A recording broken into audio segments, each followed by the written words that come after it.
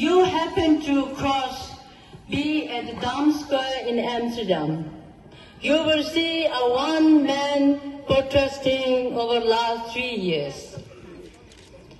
I've so admired his courage, standing there right in the middle of this huge mambo-jumbo tourists and everything on the Times Square.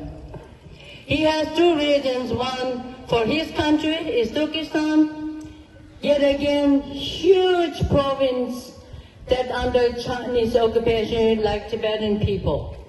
And secondly, personally, many of his family members are, as we speak, in Chinese prison because they stood up for freedom for his people. And today I'm really proud that you came to share with us your story in front of the Chinese embassy and standing here in shoulder to shoulder with us and your respect and devotion for Khenpo Nyima Panchen Lama.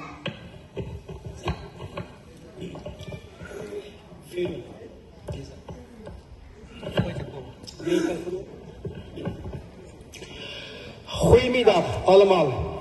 Mijn naam is Abdurrahim Gheni. Ik ben een Oeigoerse mensenrechtenactivist in Nederland. Ik voel me diep vereerd om hier vandaag te zijn.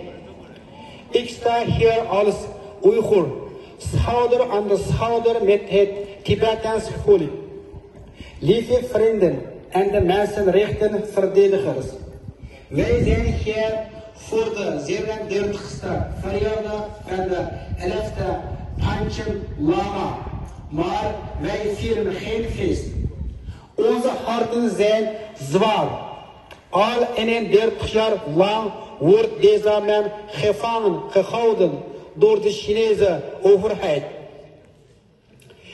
Gedong Choki Nyima was pas 6 jaar oud toen hij werd ontvoerd. Hij werd de jongste politieke gevangene ter wereld. Zijn verdwijning is in de aanval op de religieuze vrijheid van Tibet. China wilde de geest van de Tibet breken door hem te verbergen.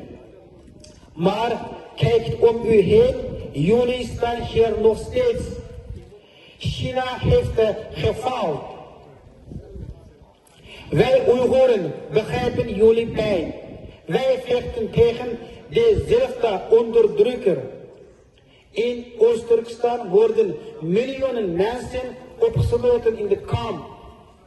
Onze moskeeën worden vernietigd en onze leiders worden gevangen gezet.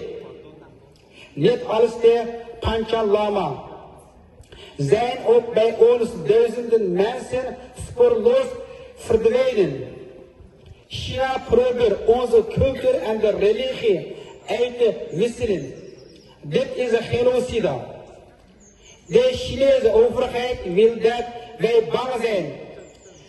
Zij willen dat wij zwijgen, maar vandaag zeggen wij zwijgen niet.